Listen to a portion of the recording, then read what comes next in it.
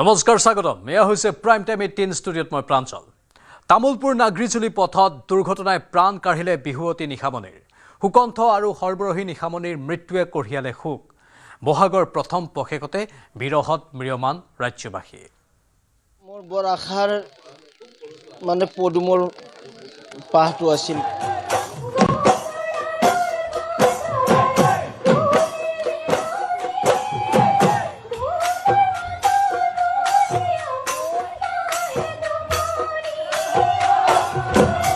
অহাবেলি চেনাইৰ নাম ধৰি বিহুনাম জুৰিবলৈ নাহে নিশামণি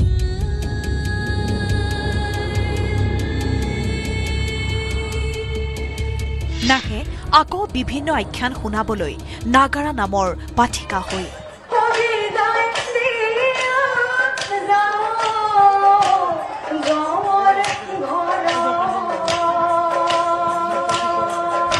তেজেৰে তুমুৰলি নিশামণিৰ মুগাৰী শাসনী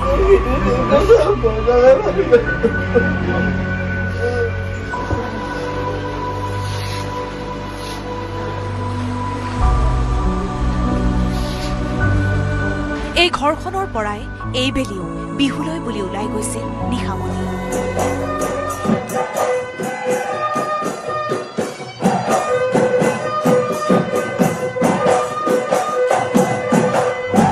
নলবাৰীৰ হাৰি ভাঙাৰ ভাস্কৰজ্যোতি বিহু হুঁচৰি দলৰ সৈতে মুকলি বিহুৰ প্ৰতিযোগিতাসমূহত ভাগ লৈছিল নিশামণিয়ে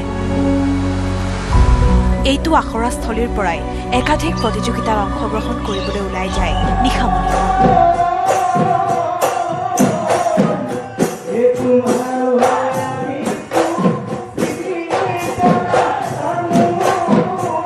শুকুৰবাৰেও বিয়লি 4 বজাত এই স্থানৰ পৰাই বিহুলৈ বুলি সাজু হৈছিল ভাস্কৰজ্যোতি বিহু হুঁচৰি দলৰ নাচনী ছোৱালী কেইজনী ভাত খাই 4মান বজাত ওলাই গৈছে মই আজি ৰাতিপুৱা 6 বজাত গম পাইছো ল'ৰা ছোৱালী টোটেল আছিল 29টা কালি দুজন নাই সিহঁত দুজন ঘৰত গৈছিল বাকি কালি 27 জন গৈছিল আৰু আমাৰ যিকেইজন কমিটিৰ মানুহ থাকে সিহঁতে গৈছিল ইমান দুখ লাগিছে তাৰমানে সিহঁতক নিজৰ ছোৱালীৰ দৰে বা নিজৰ ল'ৰাৰ দৰে মই সিহঁতক পাইছো ভাত পানী খাই তেখেতে ভাড়া ৰুমত থাকে ৰাতি এৰপৰা আহি খাই লৈ ইমান ভাড়া ৰুমত যায় তাতে ৰাতি থাকি আৰু দুপৰীয়া আহি ভাত খায় সদায় ৰন্ধনটো এতে খায় প্ৰচুৰ সম্ভাৱনাৰ অকাল মৃত্যু থিতাতে প্ৰাণ গ'ল নিশামণি হালৈ নাগাৰা নামৰ পাঠিকা হিচাপে পৰিচিত নিশামণি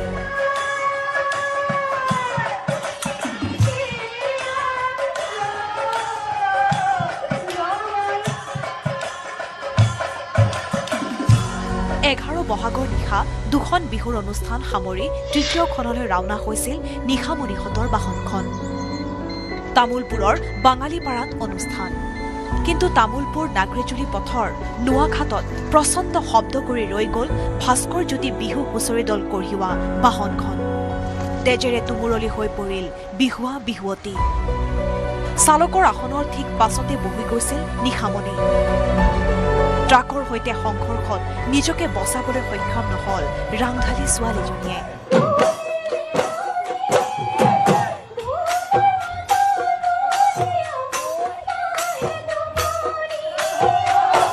সামাজিক মাধ্যমত বিভিন্ন ভিডিঅ' আপলোড কৰে নিশামণিয়ে হাঁহিমুখীয়া মুখখনেৰে বিহুৰ তলিত আপোন পাহৰা হৈ নাচিছিল নিশামণিয়ে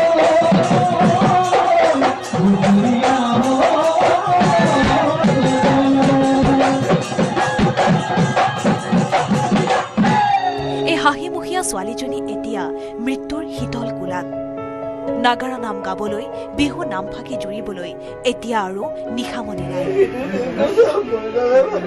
এই মানুহখিনিক এতিয়া বুজাব কোনে কি ভাষাৰে নিজ ঝাৰগাঁৱৰ দৌল উৎসৱ বিহুৰ অনুষ্ঠানত অপৰিহাৰ্য এই সংঘৰ সাংস্কৃতিক সম্ভাৰৰ এই ঘৰখনত এতিয়া কেৱল শোক আৰু শোক মোৰ বৰ আশাৰ পদুমৰ পাহটো আছিল যাক লৈ আশা কৰিছিলোঁ তাই আজি আমাৰ মাজত নাই গোটেই অসম খাওঁতে তাই পৰিচিত সেইদিনা মাজুলীৰ পৰাও ফোন কৰিছিল মোক নাম লাগে কিন্তু মই সময় দিব পৰা নাছিলোঁ তাই খুব কম দিনৰ ভিতৰত এনেকৈ নাগাৰা নাম গাই বহুখিনি জনপ্ৰিয় হৈছিল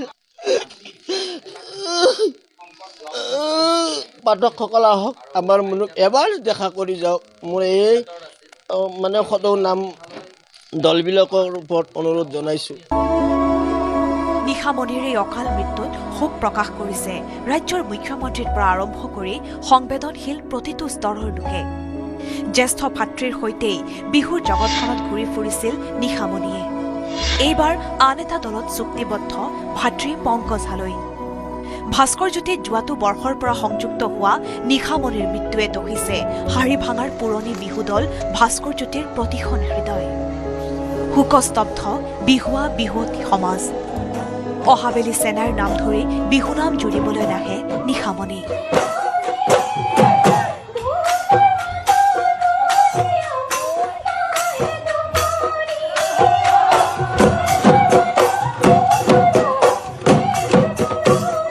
এই সত্যক মানিবলৈ সাজু হ'ব পৰা নাই কোনোৱেই এয়া বিৰহৰ বহাগ এয়া বিভীষিকাৰ বহাগ তামোলপুৰৰ পৰা নয়নজ্যোতি দাস নলবাৰীৰ পৰা কৈলাশ ডেকা আৰু ৰঙিয়াৰ পৰা ইনামুল ইছলামৰ report news 18 Assam north east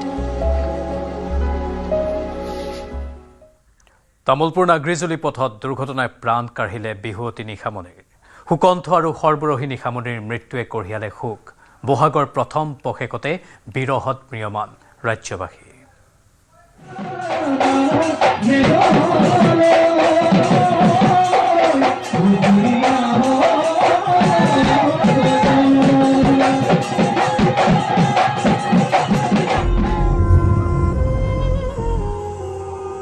তেজেৰে তুমুৰলি হল মুগা ৰিহাখনি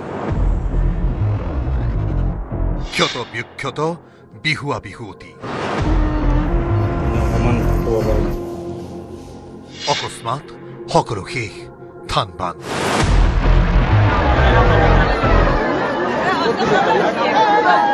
দুৰ্ঘটনাত পতিত ভাস্কৰজ্যোতি বিহু হুঁচৰি দল 11 বহাগে যেন বিভীষিকা কঢ়িয়াই আনিলে অসমৰ বিহু জগতৰ প্ৰতিশ্ৰুতি সম্পন্ন দল নলবাৰী তিহুৰ হাড়ি ভাঙাৰ ভাস্কৰজ্যোতি বিহু হুঁচৰি দলৰ বাবে শুকুৰবাৰে বিয়লি এই আখৰাস্থলীৰ পৰাই ওলাই গৈছিল দলটো বিহু অনুষ্ঠানৰ বাবে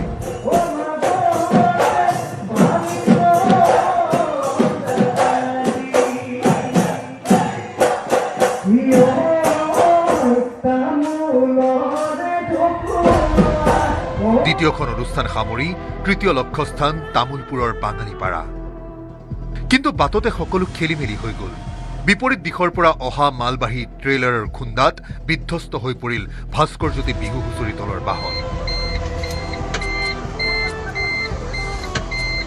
থিতাতে মৃত্যু হ'ল 25 বছৰীয়া বিহুৱতী নিশামণি হালৈ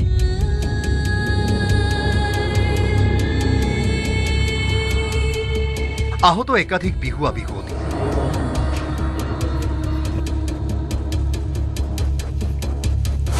সংকটজনক অৱস্থাত ভৰ্তি কৰোৱা হ'ল চিকিৎসালয়ত তামোলপুৰৰ নোৱাখাটত সংঘটিত এই ঘটনাই শোকস্তব্ধ কৰি তুলিছে সকলোকে একাংশৰ অভিযোগ দুৰ্ঘটনাৰ সময়ত সুৰামত্ত অৱস্থাত আছিল ট্ৰাকৰ চালক ইতিমধ্যে তামোলপুৰ আৰক্ষী থানাক আমি কিছু অৱগত কৰাইছোঁ যে যিজন তাৰ ড্ৰাইভাৰ আছিলে তেখেত সুৰামত্ত হৈ আহিছিলে আৰু তাৰ লগে লগে আপোনাৰ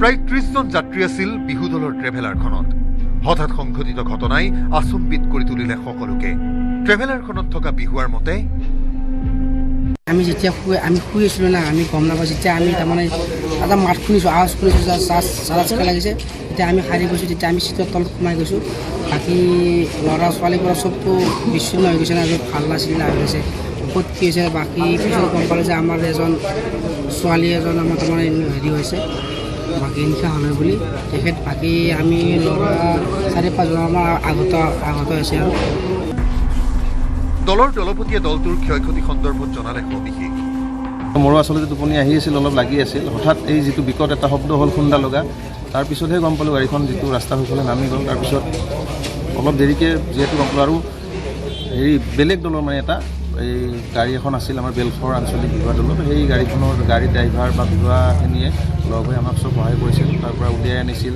কাৰণ আগফালটো প্ৰায় এটা জেগাত সোমাই গৈছিল পিছফালে দৰ্জাখন খুলি কিনে উলিয়াই আনিছিল নিশামণিৰ মৃত্যুৰ বাতৰি বিয়পি পৰাৰ পাছতেই শোকাকুল অৱস্থা সকলোতে।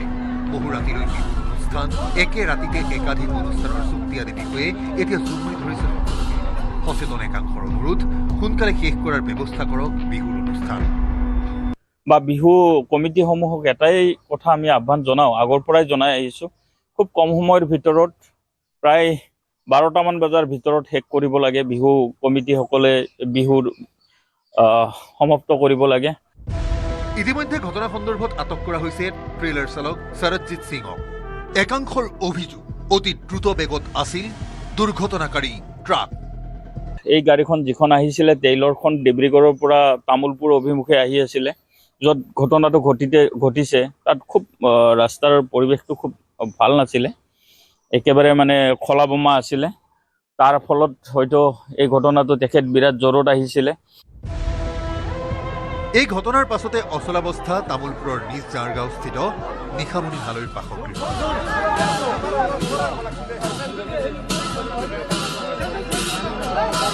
একেই অৱস্থা নিশামণিৰ বৰদেউতাকৰ ঘৰখনত।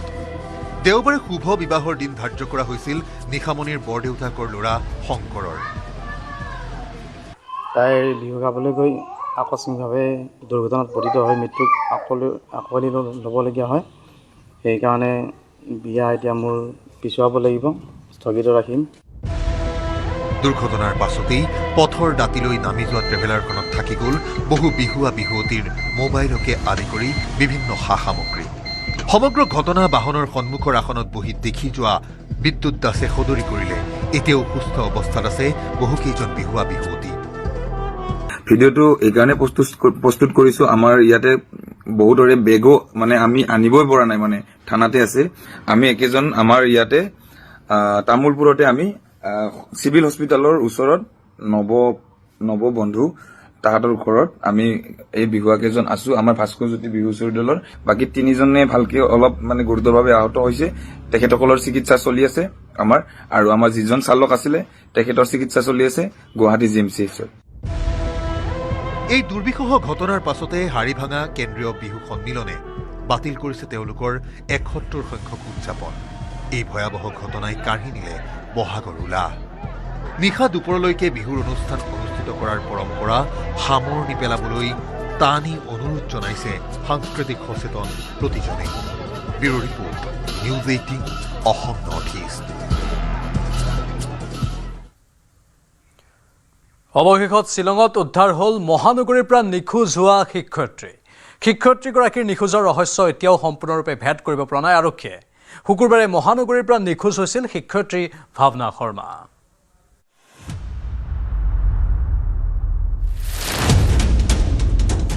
অন্ত পৰিল 24 ঘণ্টীয়া উৎকণ্ঠাৰ। শ্বিলঙত সন্ধান ওলাল মহানগৰীৰ নিখোজ শিক্ষয়িত্ৰী। কেনেকৈ গুৱাহাটীৰ পৰা শ্বিলং পালেগৈ ভাৱনা? ইচ্ছা নে আন কিবা? ভাৱনা শৰ্মাৰ নিখোজক লৈ তদন্ত জালুকবাৰী আৰক্ষীৰ। শুকুৰবাৰে হঠাৎ আহিছিল এক চাঞ্চল্যকৰ খবৰ। গুৱাহাটী মহানগৰীৰ মাজমজিয়াৰ পৰা নিখোজ হৈছিল ভাৱনা শৰ্মা নামৰ এগৰাকী শিক্ষয়িত্ৰী। লগে লগে হোৱা দোৱা লাগিছিল পৰিয়ালৰ লগতে মহানগৰ আৰক্ষীৰ মাজত। বৰঝাৰৰ মাইলছ ব্ৰনছন স্কুললৈ যোৱা ভাৱনা শৰ্মা ৰহস্যজনকভাৱে নিখোজ হৈছিল পাণবজাৰ অঞ্চলৰ পৰা। মোৰ পইচা চব লৈ ল'লে, এতিয়া মোকো লৈ ল'ব। তাৰপিছত মই ভাবিছোঁ যে মানে তাই যোৱাৰ সময়টো চাই পেলাই মেছেজটো চাই মই ভাবিছোঁ তাই চাগে স্কুলখনত গৈছে, গতিকে স্কুলতে তাই কিবা বিপদত পৰিছে, তেওঁলোকে পইচাটো যিহেতু দিয়া নাছিল, গতিকে তাইক চাগে পইচাখিনি লৈছে। ইমান আমি ভাবা নাই, মানে বহুত বেয়াটো। তাৰপিছত তাই মানে মোবাইলটো চাইছোঁ ছুইচ অফ। তেতিয়া মানে লগে লগে মানে হাজবেণ্ড আৰু মই এইটো 12:15 মানতহে মই আচলতে মেছেজটো চালোঁ। নিখোজ হোৱাৰ পূৰ্বে মাতৃ আৰু প্ৰেমিকলৈ ভাৱনাই দিছিল message. I am in danger বুলি মাক আৰু প্ৰেমিকলৈ মেছেজ দিছিল ভাৱনাই। মেছেজ প্ৰেৰণৰ পাছতেই পাণবজাৰৰ টিপটপ গলিৰ সমীপত বন্ধ হৈছিল ভাৱনাৰ মোবাইল ফোন। আৰম্ভ হৈছিল আৰক্ষীৰ জোৰদাৰ অভিযান। তদন্ত আৰম্ভ কৰিয়েই আৰক্ষীয়ে আটক কৰিছিল ভাৱনাক তেতেলীয়াৰ ঘৰৰ পৰা জালুকবাৰীলৈ অনা ৰেপিডো চালক ছাদ্দাম হুছেইনক। আৰম্ভ হ'ল ছাদ্দামৰ সোধা পোছা। আৰক্ষীৰ জেৰাত পোহৰলৈ আহিল ভাৱনাই উবেৰত নহয় ৰেপিডো কৰিহে জালুকবাৰীলৈ আহিছিল। ইউনিভাৰ্চিটিৰ ভাড়া লাগিছিল, কিন্তু ইউনিভাৰ্চিটিত তেওঁ নমা নাই। ইঞ্জিনিয়াৰিং কলেজত যিটো ৰাস্তা আছে সেইটো অপজিটত তাৰপিছত মোৰ এটা ভাড়া লাগিছে। ভাড়া লগাৰ পিছত মই সেইটো ছোৱালীজনী কিবা কাৰোবাৰ লগত ফোনত কথা পাতি আছিল নেকি? কাৰোবাৰ লগত কথা পাতিব, কিন্তু মই এইটো এটেনশ্যন দিয়া নাছিলোঁ। মই ৰেপিডো মাৰো 2 বছৰ। 2 বছৰ আছে ঠিক উবেৰ চলা না ৰেপিডো মাৰো। ৰেপিডো আৰক্ষীয়ে এই তথ্য লাভ কৰাৰ পাছতেই পোহৰলৈ আহিল বহু নতুন তথ্য। শুকুৰবাৰে তেতেলীয়াৰ পৰা 2খন উবাৰ বুক কৰি দুয়োখনে কেঞ্চেল কৰিছিল ভাৱনাই। এখন কেব আদাবাৰীলৈ আৰু আনখন বৰঝাৰলৈ বুক কৰিছিল ভাৱনাই। কেব 2খন কেঞ্চেল কৰাৰ পাছতে ভাৱনাই এটিএমৰ পৰা উলিয়াইছিল 7,000 টকা। এটিএমৰ পৰা টকা উলিওৱাৰ পাছৰে পৰা বন্ধ হৈ আছিল ভাৱনাৰ মোবাইল। তাই ঘৰৰ পৰা ওলাই আহিছেতো, ওলাই আহি 2টা কৰিছে, উবেৰ বুক কৰিছে, উবেৰখিনি কেঞ্চেল কৰিছে। 2টা উবেৰেই কেঞ্চেল কৰিছে। এখন উবেৰটো ঠিক কৰিছিলে LGBI আৰু এখন ঠিক কৰিছিলে আদাবাৰী। চ' কণ্ট্ৰডিক্টৰী হয়। তাৰপিছত আহি কিনে আকৌ পইচা মানে আমি দেখিছোঁ যে তাই পইচাও কৰিছে 7,000 এটিএমৰ পৰা পইচা মানে উলিয়াই লৈছে। আৰু উলিয়াই লোৱাৰ পিছত তাই মানে আমাৰ পল্টন বজাৰ ছাইডত মুভ কৰিছে আৰু তাৰপিছত তাই মানে মোবাইলটো ছুইচ অফ হৈছে। আৰক্ষীৰ তদন্তৰ মাজতে শনিবাৰে পুৱা 7:40 শ্বিলঙত শিক্ষয়িত্ৰী ভাৱনা শৰ্মাৰ সন্ধান লাভ কৰে পৰিয়ালৰ লোকে। শ্বিলঙৰ প'ল' টাৱাৰ হোটেলৰ সন্মুখৰ পৰা এগৰাকী মহিলাৰ মোবাইলৰ পৰা মাকৰ সৈতে কথা পাতিছিল ভাৱনাই। আজি আমাৰ প'ল' টাৱাৰ হোটেলখনৰ ফ্ৰণ্টত ৰাতিপুৱা মানে তাই আমাৰ লোকেল মানুহ এজনক মানে লগ পাই মানে কণ্টেক্ট কৰিছে। ঘৰলৈ এটা মেছেজ দিছিলে যে বিপদত আছে বুলি, সেই মেছেজটো মানে কি আছিলে? তাৰমানে সেই বস্তুটোকে আমি ইনভেষ্টিগেশ্যন কৰিম। এতিয়া তাইহে ক'ব পাৰিব। আচলতে আমি ইয়াতে গোটেই বস্তুটো ইনভেষ্টিগেশ্যন কৰি আছোঁ। আৰক্ষীৰ শেহতীয়া তদন্তত কি ওলাল? জালুকবাৰীৰ পৰা পল্টন বজাৰলৈ চিটি বাছেৰে আহিছিল ভাৱনা শৰ্মা। ভাৱনা বাছত উঠি অহাৰ CCTVৰ ভিজুৱেল লাভ কৰিছে আৰক্ষীয়ে। পল্টন বজাৰৰ পৰা শ্বিলঙলৈ যোৱাৰ বাহনত উঠিছিল ভাৱনা। ইতিমধ্যে মহানগৰ আৰক্ষীৰ লগতে পৰিয়ালৰ লোকে শ্বিলঙত উপস্থিত হৈ চমজি ল'লে ভাৱনাক। মানসিকভাৱে অস্থিৰ হৈ থকা ভাৱনা শৰ্মাক স্বাস্থ্য পৰীক্ষা কৰোৱাৰ অন্তত শ্বিলং থানাত বহাই থৈছিল আৰক্ষীয়ে। পিছে কিয় আৰু কি পৰিস্থিতিৰ বাবে গুৱাহাটীৰ পৰা শ্বিলং গৈ পালে ভাৱনা শৰ্মা? স্কুললৈ বুলি ওলাই যোৱা ভাৱনা শ্বিলঙলৈ কিয় গ'ল? কিয় মাতৃক মিছা মাতিছিল ভাৱনাই? মানসিক অন্তঃদ্বন্দ্বত ভুগি আছিল নেকি শিক্ষয়িত্ৰীগৰাকী? এই সকলো প্ৰশ্নৰ উত্তৰ ওলাব ভাৱনাই মহানগৰ আৰক্ষীৰ আগত দিয়া ভাষ্যৰ অন্ততহে। শ্বিলঙৰ পৰা গোবিন্দ শৰ্মাৰ সহযোগত গুৱাহাটীৰ পৰা সবিতা শৰ্মা আৰু বিৰিঞ্চি কুমাৰ ডেকাৰ report, news 18 Assam north east. নগাঁৱৰ মৰিকলং ডকাইতি কাণ্ডৰ তথ্য লাভ কৰিছে আৰক্ষীয়ে। ডকাইতিত জড়িত 2 অভিযুক্তক ইতিমধ্যে জালত পেলাইছে নগাঁও আৰক্ষীয়ে। এতিয়াও চিকিৎসাধীন ডকাইতৰ আক্ৰমণৰ বলি হোৱা চিকিৎসক দম্পতি। বৃহস্পতিবাৰে নিশা সংঘটিত হৈছিল ডকাইতি কাণ্ড।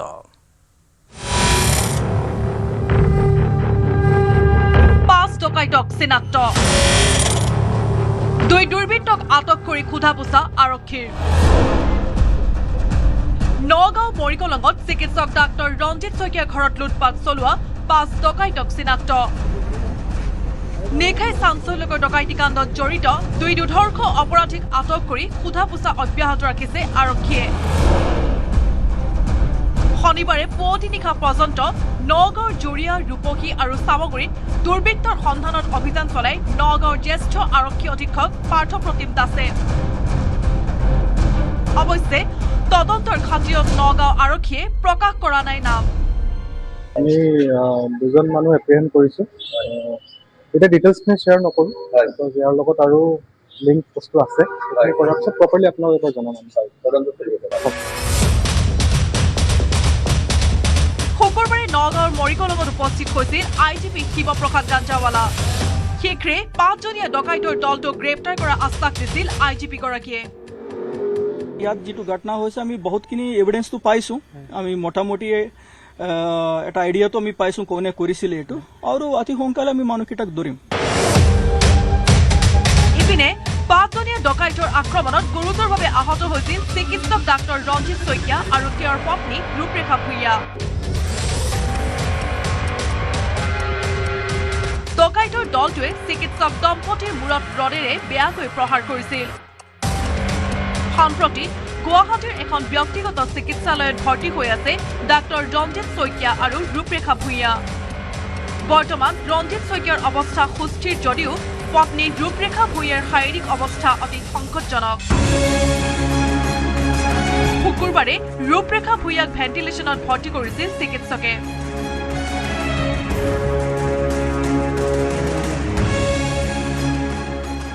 নগাঁৱৰ পৰা ভাস্কৰ জ্যোতি শইকীয়াৰ report, news 18 Assam north east.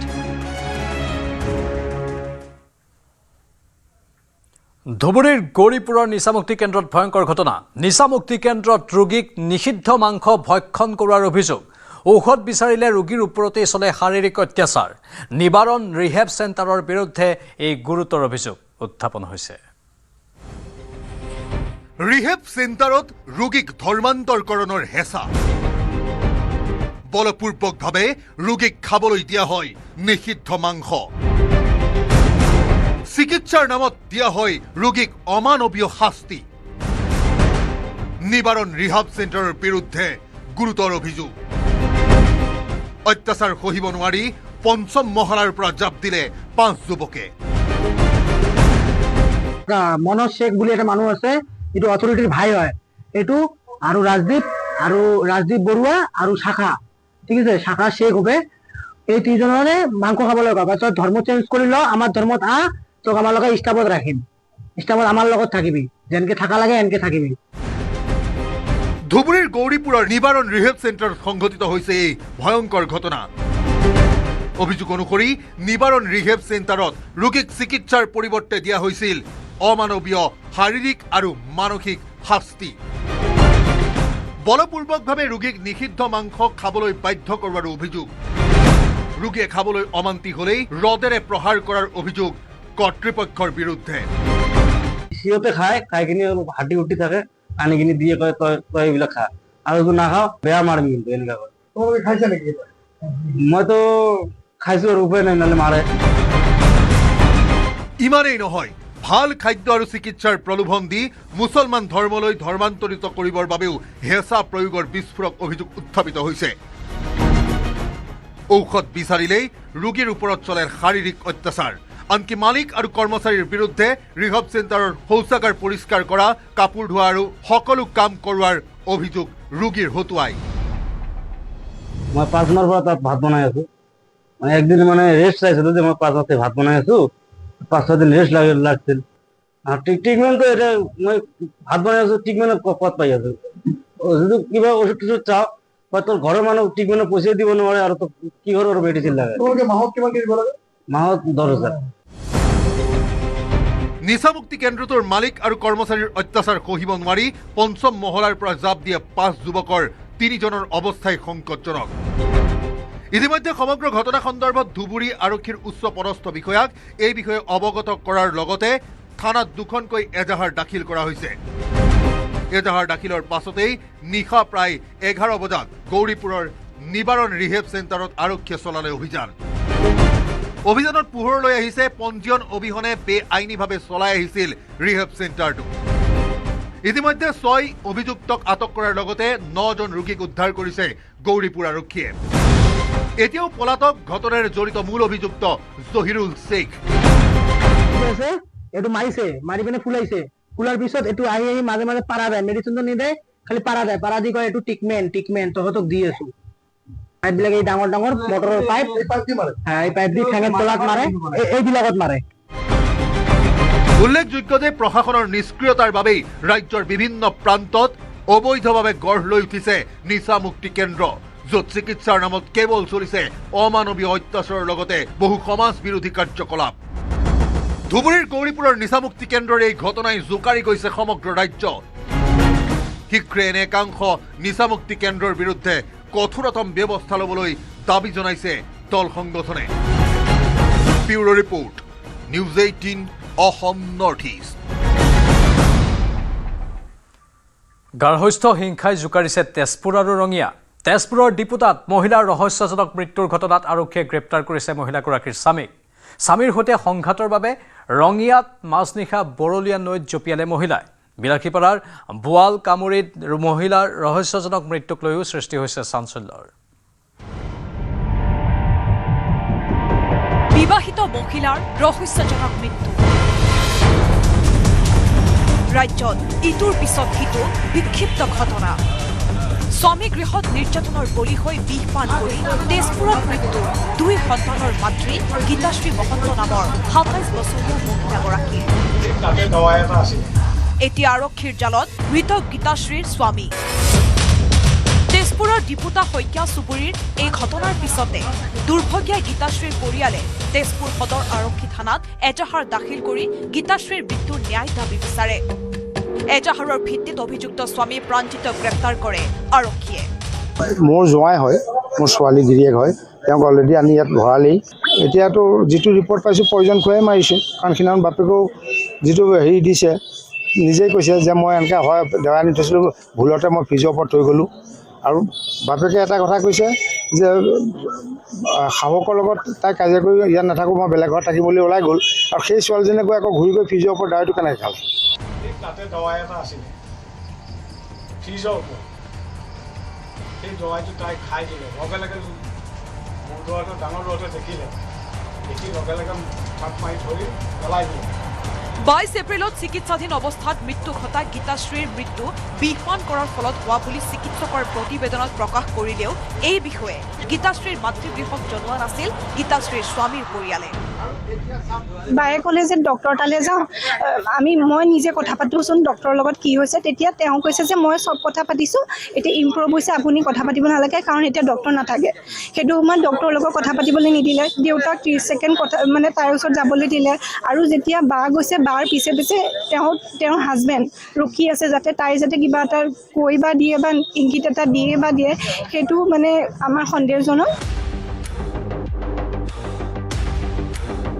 আনহাতে এই ঘটনাৰ 2টা দিন পিছতেই ৰঙিয়াত মাজনিশা বৰলীয়া নৈত জঁপিয়ালে ৰঙিয়াৰ শোলমাৰীত ভাড়াতীয়া হিচাপে থকা ৰেখা শইকীয়া নামৰ 38 বছৰীয়া মহিলাগৰাকীয়ে।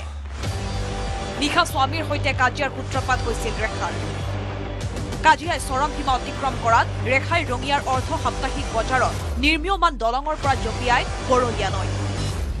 ইয়াতে ভাড়াত থাকে তেওঁ, হাজবেণ্ডৰ লগত কিবা কাজিয়া হৈছে, কাজিয়া হৈ ওলাই আহি পেলাই ইয়াৰ পৰা জাপান দিছে আৰু। 35 পৰা 38ৰ ভিতৰত হ'ব। ৰেখা বুলি গম পাইছোঁ আৰু। ইয়াতে দলঙৰ পৰা বৰলীয়া নৈ। ঘটনাৰ পিছতে পলাতক ৰেখাৰ দ্বিতীয় স্বামী। ৰেখাৰ 2 পুত্ৰ বৰ্তমান বহিৰাজ্যত কৰ্মৰত। ৰেখাক বিচাৰি SDRF বাহিনীয়ে অব্যাহত ৰাখিছে অভিযান। ইফালে বিলাসীপাৰাৰ বোৱাল কামুৰিত 9 বোৱাৰীৰ ৰহস্যজনক মৃত্যু। স্বামীৰ পৰিয়ালে বিচৰা যৌতুক নিদিয়াৰ বাবে বোৱাৰীক হত্যাৰ ভয়ংকৰ অভিযোগ পৰিয়ালৰ। 5 মাহ পূৰ্বে বিলাসীপাৰাৰ কৃষ্ণনগৰৰ নুৰবানু খাতুন নামৰ কিশোৰীক প্ৰেমৰ জালত পেলাই ফুচুলাই বিয়া কৰিছিল বোৱালকামুৰি গাঁৱৰ ৰাকিবুল খানে।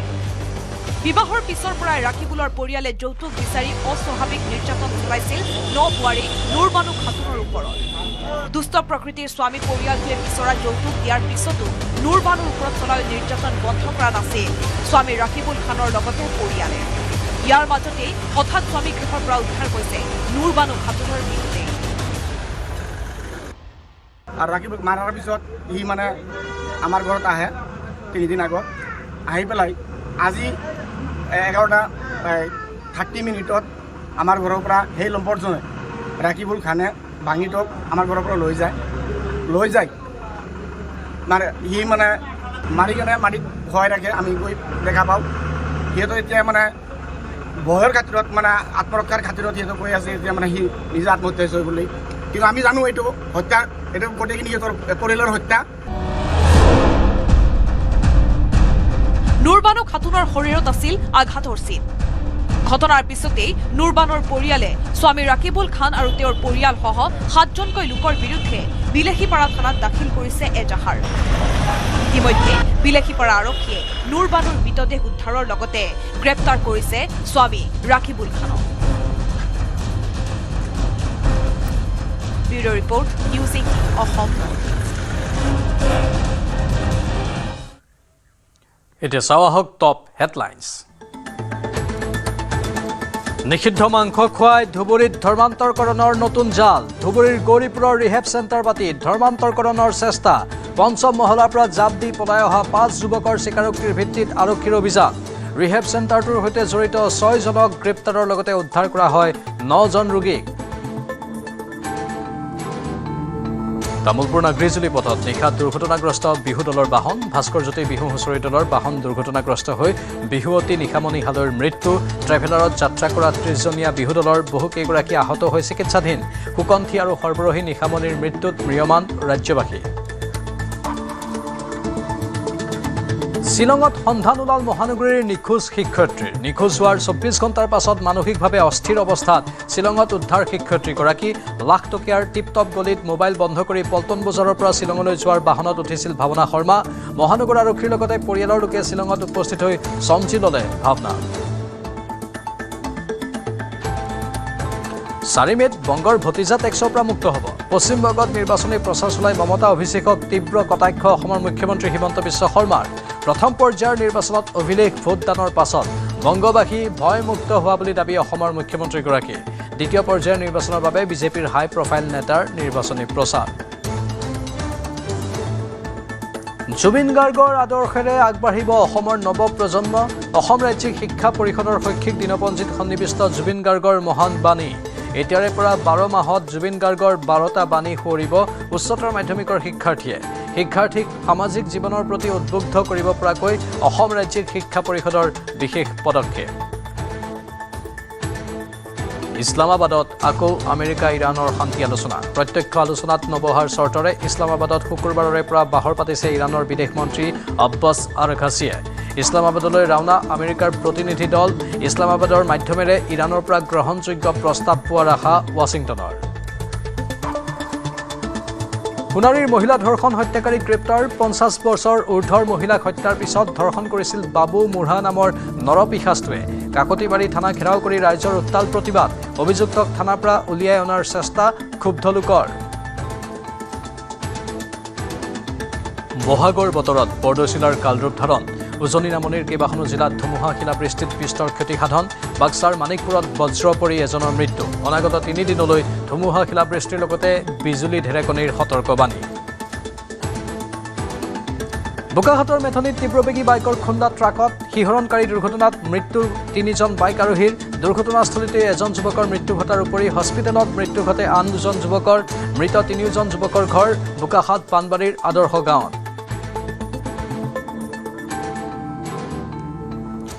সোণাৰীত মহিলাক হত্যা কৰি ধৰ্ষণ কৰা এটা নৰপিশাচক গ্ৰেপ্তাৰ কৰা হৈছে। 50 ঊৰ্ধৰ মহিলাক হত্যাৰ পাছত ধৰ্ষণ কৰিছিল বাবু মুঢ়া নামৰ লম্পটটোৱে। ঘাতক তথা ধৰ্ষণকাৰীটোক ৰাইজৰ হাতত চমজাই দিয়াৰ দাবীত উত্তাল পৰিৱেশ থানাৰ চৌহদত। সোণাৰীত আৰক্ষীৰ জালত পৰিল ধৰ্ষণকাৰী ঘাতক নৰাধম। এইটোৱে সেইটো ঘাতক কুলাংগাৰ। কুলাগুটি উৰফে বাবু মুঢ়া নামৰ এই কুলাংগাৰে ধৰ্ষণ কৰিছিল সোণাৰীৰ 50 ঊৰ্ধৰ এগৰাকী মহিলা। সোণাৰী কাকতিবাৰী চাঞ্চল্যকৰ ধৰ্ষণ কাণ্ডৰ 24 ঘণ্টাৰ পিছত আৰক্ষীৰ জালত পৰিল কুলাংগাৰ কুলাগুটি। আৰক্ষীয়ে গ্ৰেপ্তাৰ কৰাৰ পিছতে সোণাৰীৰ কাকতিবাৰী থানাত বিৰাজ কৰিছে উত্তপ্ত পৰিস্থিতি।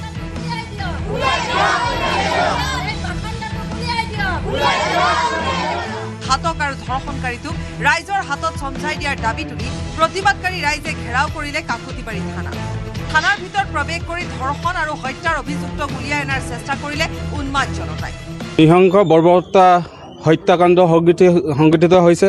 যোৱা 23 তাৰিখে নিশা প্ৰায় 11মান বজাত কাকতিবাৰী আৰক্ষী থানাৰ অন্তৰ্গত কাকতিবাৰী হাবি গাঁৱৰ একেখন গাঁৱতে সকাম খাবলৈ যোৱা 50 ঊৰ্ধৰ মহিলাগৰাকীক নৃশংসভাৱে হত্যা কৰি ধৰ্ষণ কৰিছিল। যোৱাকালি নিশা কাকতিবাৰী আৰক্ষী থানাই দোষীক কৰায়ত্ব কৰি কাকতিবাৰী আৰক্ষী থানাত আৰক্ষী থানাত জব্দ কৰি থৈছে আৰু আজি গাঁৱৰ ৰাইজে ওলাই আহিছে আৰু গাঁৱৰ ৰাইজে দাবী উত্থাপন কৰিছে দোষীক কৰায়ত্ব কৰি উচিত শাস্তি বিহাৰ কথা তেখেতলোকে উল্লেখ কৰিছে। আজি তেখেতৰ পৰিয়ালৰ লোকসকলে ওলাই আহি তেখেতৰ দাবী কৰিছে যি দোষী তেখেতক কঠোৰতকৈ কঠোৰ শাস্তি বিহাৰ কাৰণে তেখেতলোকে ওলাই আহিছে।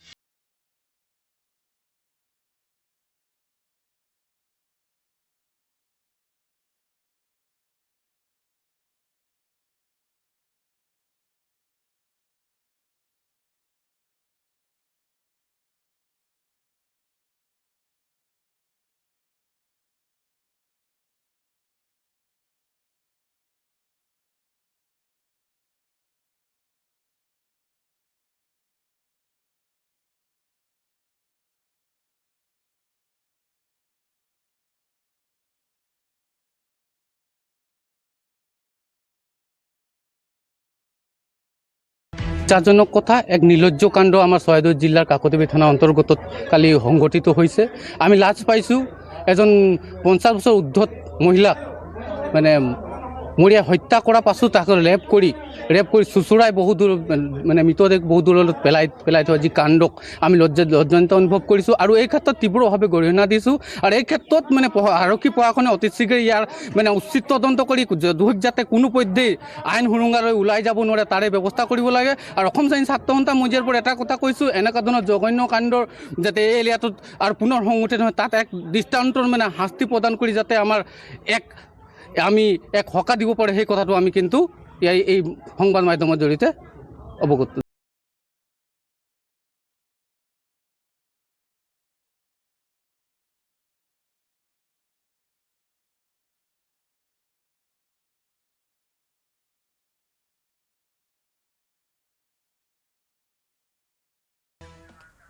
চৰকাৰ গঠন কৰিবই ফুল কনফিডেন্সত বিৰোধী কংগ্ৰেছ। উজনি অসমৰ দৰে উত্তৰ অসমক লৈও আশাবাদী কংগ্ৰেছ দল। পিছে কংগ্ৰেছে পাৰিবনে উত্তৰ অসমত হেৰুৱা ছন্দ ঘূৰাই আনিব? নতুন বৰ অসমক লৈ আশাবাদী কংগ্ৰেছ। উজনিৰ পাছত এইবাৰ সপোন দেখিছে উত্তৰ অসমক লৈ। কংগ্ৰেছ আশাবাদী এইবাৰ উত্তৰ অসমত কংগ্ৰেছে ঘূৰাই পাব হেৰুৱা ছন্দ। 2016 চনত উত্তৰ অসমত ছন্দ পতন ঘটিছিল কংগ্ৰেছৰ। অসমত 15 বছৰ কংগ্ৰেছে একেৰাহে শাসন কৰিও 2016ত মোদীৰ চুনামিত উত্তৰ অসমত তছনছ হৈ গৈছিল কংগ্ৰেছ।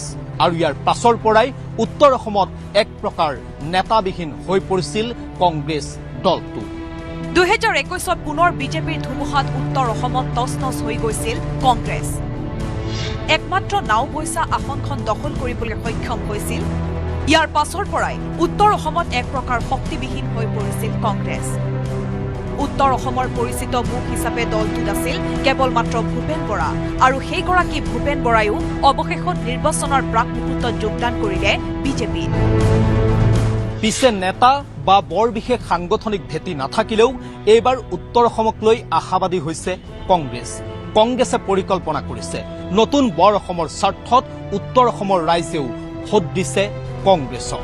ভিতৰুৱা খবৰ অনুসৰি কংগ্ৰেছৰ উত্তৰ অসমৰ অংকত ওলাইছে বিহপুৰীয়া, নাওবৈচা, ৰঙানদী, ধেমাজি, বিশ্বনাথ, নদুৱাৰ, ৰঙাপাৰা, ঢেকিয়াজুলি।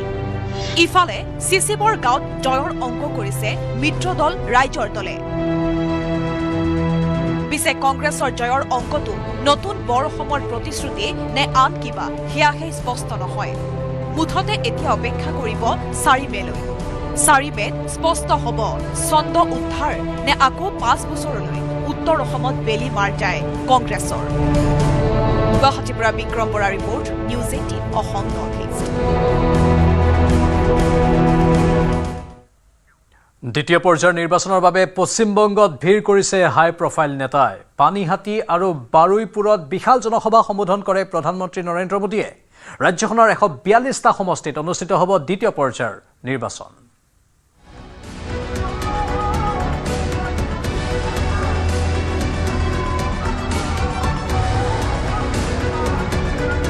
পশ্চিমবংগত দ্বিতীয় পৰ্যায়ৰ নিৰ্বাচনৰ বাবে পূৰ্ণ গতিত প্ৰচাৰ।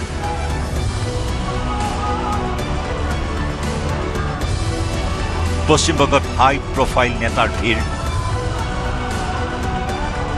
পশ্চিমবংগত 142টা সমষ্টিত অনুষ্ঠিত হ'ব দ্বিতীয় পৰ্যায়ৰ নিৰ্বাচন। দ্বিতীয় তথা অন্তিম পৰ্যায়ৰ বিধানসভা নিৰ্বাচনৰ পূৰ্বে তুংগত উঠিছে নিৰ্বাচনী প্ৰচাৰ। পানীহাটি আৰু বাৰুইপুৰত প্ৰধানমন্ত্ৰী মোদীৰ বিশাল জনসভা। ৰাজ্যখনত টিএমচিৰ চৰকাৰ চলি থকাৰ সময়তেই এগৰাকী যুৱতী চিকিৎসকৰ হত্যাৰ প্ৰসংগ টানি মমতা বেনাৰ্জীৰ চৰকাৰক তীব্ৰ সমালোচনা প্ৰধানমন্ত্ৰী মোদীৰ। টিএমচিক দুৰ্নীতিগ্ৰস্ত মহিলা বিৰোধী আখ্যা মোদীৰ। বাংলাদেশী অনুপ্ৰৱেশকাৰীক টিএমচিয়ে সমৰ্থন কৰাৰ অভিযোগ। ৰাজ্যখনত মমতা বেনাৰ্জীৰ নেতৃত্বত সিন্ডিকেট ৰাজ চলি থকাৰ অভিযোগ প্ৰধানমন্ত্ৰী নৰেন্দ্ৰ মোদীৰ। আনহাতে নিৰ্বাচনী প্ৰচাৰৰ সময়তে এইদৰে বিজেপিৰ সমৰ্থকসকলে মোদীক ভগৱানৰ লগত তুলনা কৰিলে। हम लोग का भगवान है, देवता है। अच्छा हाँ देवता है। तो दीदी तो कह रही है दीदी कुछ नहीं है। फिक्का आदमी कुछ नहीं, उसका औकात नहीं है, इसके सामने औकात नहीं है। दीदी का औकात नहीं, इसके सामने औकात नहीं है। दीदी तो कह रही है 2026 में दिल्ली से भगा देंगे। वो खुद भाग जाएगा।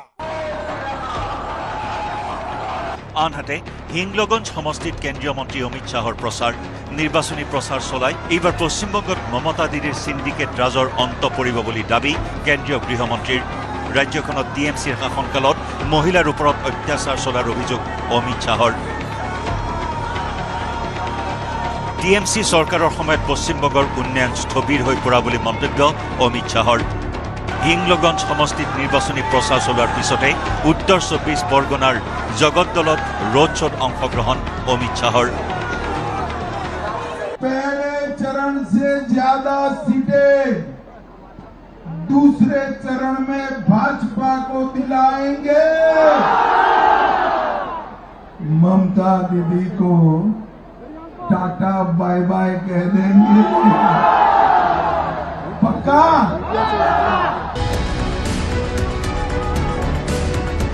বিজেপি নেতাই মাছ ধৰি বংগৰ ৰাজপথত প্ৰচাৰ চলোৱাৰ বিপৰীতে অনুৰাগ ঠাকুৰৰ দৰে নেতাই ভ্ৰমণৰ সময়ত মাছ ভাত উপভোগ কৰা দেখিবলৈ পোৱা হৈছিল। হিমন্ত বিশ্ব শৰ্মাই এখোজ আগুৱাই গৈ মমতা বেনাৰ্জীক মাছ খোৱাৰ প্ৰতিযোগিতাত প্ৰত্যাহ্বান জনায়। আনকি প্ৰধানমন্ত্ৰী নৰেন্দ্ৰ মোদীয়েও ঝালমুড়ি আৰু মাছৰ কথা উল্লেখ কৰে। এইদৰেই এতিয়া পশ্চিমবংগত তুংগত উঠিছে নিৰ্বাচনী প্ৰচাৰ। পশ্চিমবংগৰ শাসনৰ জৰি মমতা দিদিৰ পৰা কাঢ়ি আনিবলৈ নিৰ্বাচনী প্ৰচাৰত জঁপিয়াই পৰিছে বিজেপিৰ হাই প্ৰফাইল নেতাসকল। Bureau report, news 18 Assam north east. ইছলামাবাদত আমেৰিকা আৰু ইৰাণৰ মাজত হ'বলগীয়া শান্তি আলোচনাক লৈ এতিয়াও অনিশ্চয়তা। আমেৰিকাৰ প্ৰতিনিধি দল পাকিস্তানলৈ ৰাওনা হৈছে যদিও ইৰাণে স্পষ্ট কৰি দিছে যে তেওঁলোকে ৱাশ্বিংটনৰ সৈতে কোনো ধৰণৰ প্ৰত্যক্ষ আলোচনাত বহিব নোখোজে। কিদৰে চলিব এই শান্তি প্ৰক্ৰিয়া?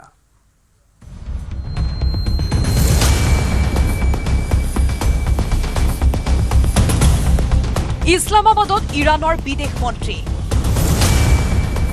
ইছলামাবাদলৈ ৰাওনা আমেৰিকাৰ প্ৰতিনিধি। কিন্তু এতিয়াও অনিশ্চয়তা, সঁচাকৈয়ে ইছলামাবাদত শান্তি আলোচনা হ'বনে? কাৰণ ইৰাণৰ স্পষ্ট কথা, ৱাশ্বিংটনেৰে পোনপটীয়া আলোচনাত নবহে ইৰাণৰ প্ৰতিনিধি। ইছলামাবাদৰ মাধ্যমেৰেহে ইৰাণৰ চৰ্ত তথা বাৰ্তা জনাব ৱাশ্বিংটনক।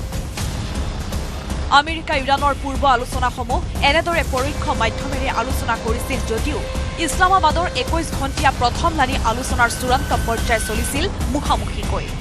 লক্ষণীয়ভাৱে শুকুৰবাৰে ইছলামাবাদত উপস্থিত হয় ইৰাণৰ বিদেশ মন্ত্ৰী আব্বাছ আৰঘাচি। মধ্যপ্ৰাচ্যত শান্তি স্থাপনৰ লক্ষ্যৰে শনিবাৰেই পাকিস্তানৰ ৰাজধানী ইছলামাবাদত উপস্থিত হ'ব আমেৰিকাৰ ৰাষ্ট্ৰপতি ডোনাল্ড ট্ৰাম্পৰ বিশেষ দূত ষ্টিভ উইটকফ আৰু জোৱাই Jared কুশ্নাৰ। The president has decided to dispatch Special Envoy Witkoff and Jared Kushner back to Islamabad. The Iranians want to talk. They want to talk in person. And so the president is, as I've said many times to all of you, always willing to give diplomacy a chance. So Steve and Jared will be heading to Pakistan tomorrow to hear the Iranians out. We hope progress will be made, and we hope that positive developments will come from this meeting. আমেৰিকাৰ দলত Steve Witkoff আৰু Jared কুশ্নাৰ। ইৰাণৰ স্থিতি আমেৰিকাৰ সৈতে কোনো পৰোক্ষ আলোচনা নহয়। মধ্যস্থতাকাৰী পাকিস্তান। মূল লক্ষ্য 9 সপ্তাহ ধৰি চলা যুদ্ধৰ অৱসান ঘটোৱা। যোৱা 2 সপ্তাহ ধৰি যুদ্ধবিৰতি অব্যাহত আছে যদিও শান্তি আলোচনাৰ এই অচলাৱস্থাই বিশ্বৰ বজাৰত চিন্তাৰ সৃষ্টি কৰিছে। বিশেষকৈ হৰমুজ প্ৰণালী বন্ধ হৈ থকাৰ ফলত খাৰুৱা তেলৰ দাম 16% পৰ্যন্ত বৃদ্ধি পাইছে। তথ্য অনুসৰি সচৰাচৰ বিশ্বৰ 20% খাৰুৱা তেল পৰিবাহী জাহাজ চলাচল কৰা হৰমুজ প্ৰণালীত ইৰাণৰ অৱৰোধৰ বাবে 24 ঘণ্টাত কেৱল 5খন জাহাজে চলাচল কৰিছে। ইছলামাবাদৰ প্ৰথমলানি আলোচনাত মূলতঃ ইৰাণৰ হৰমুজ প্ৰণালী অৱৰোধ, পাৰমাণিক কাৰ্যকলাপ আৰু ইজৰাইলৰ ধাৰাবাহিক লেবানন আক্ৰমণৰ বাবে বিফল হৈ পৰিছিল। এইবাৰ দ্বিতীয়লানি আলোচনাৰ পূৰ্বে ইতিমধ্যে ইজৰাইলৰ লেবাননৰ মাজত যুদ্ধবিৰতি চলি আছে।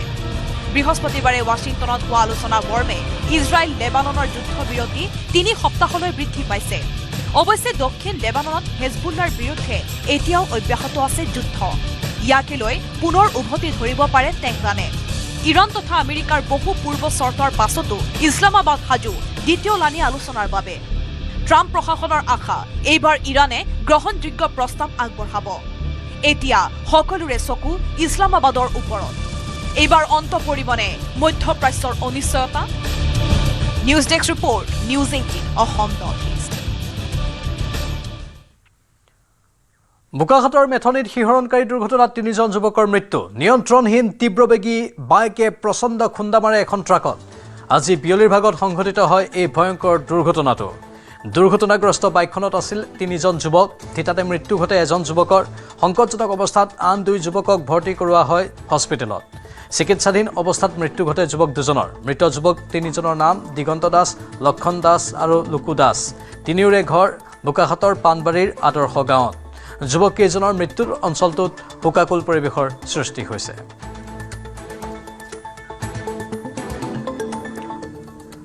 কাৰাগাৰত 2জন হাজোতীৰ ৰহস্যজনক মৃত্যুক লৈ চাঞ্চল্য। নগাঁৱৰ 2খন কাৰাগাৰত মৃত্যু ঘটে হাজোতী 2জনৰ। নগাঁও কেন্দ্ৰীয় কাৰাগাৰত শোৱাপাতিতে উদ্ধাৰ ৰহাৰ জিতুমণি কোঁৱৰৰ মৃতদেহ। মাতৃক হত্যাৰ চেষ্টা চলোৱাৰ গোচৰত অভিযুক্ত আছিল জিতুমণি কোঁৱৰ। ইফালে নগাঁও বিশেষ কাৰাগাৰতো মৃত্যু ঘটে আন এজন হাজোতীৰ। বিশেষ কাৰাগাৰত মৃত্যু ঘটা ৰূপসিং ডেৰাও আছিল হত্যাত অভিযুক্ত। মাতৃক হত্যা কৰাৰ গোচৰত অভিযুক্ত আছিল ৰূপসিং ডেৰা। হাজোতী 2জনৰ মৃত্যুৰ কাৰণ এই পৰ্যন্ত পোহৰলৈ অহা নাই। নগাঁও জিলা আয়ুক্তৰ ঘটনা সন্দৰ্ভত তদন্তৰ নিৰ্দেশ। অতিৰিক্ত আয়ুক্ত গোপাল শৰ্মাক দিয়া হৈছে তদন্তৰ দায়িত্ব।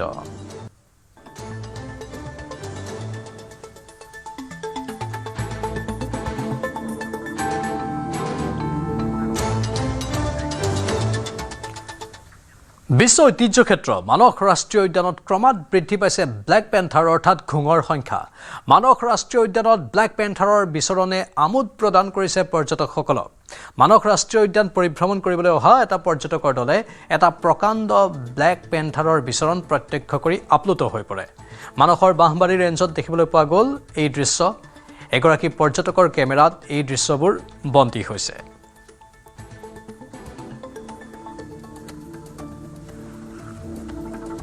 মানে মানসত এতিয়া প্ৰায় আমাৰ যিটো কেটছ ফেমিলি, বিশেষকৈ আমাৰ royal Bengal tiger, black panther, leopard, এইখিনি খুব মানে সকলোভাৱে দেখি আছে বুলি ক'ব লাগিব। প্ৰায় প্ৰতিদিনে মানে বাঘৰ চাইটিংটো হৈ আছে।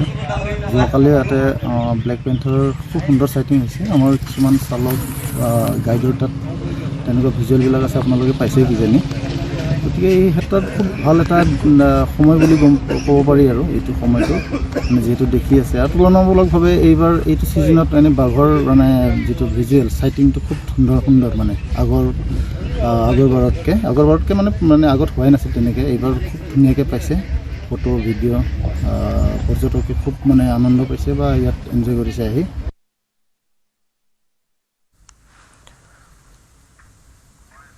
নলবাৰীত গেছ চিলিণ্ডাৰৰ নাটনিক লৈ হাহাকাৰ। পথ অৱৰোধ কৰি ৰাইজে সাব্যস্ত কৰিলে উত্তাল প্ৰতিবাদ।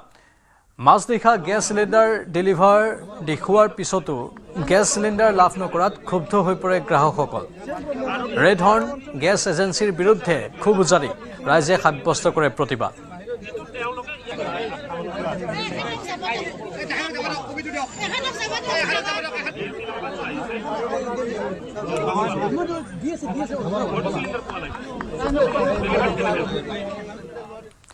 আৰু এয়া আছিল আজিৰ প্ৰাইম টাইম 18। নমস্কাৰ।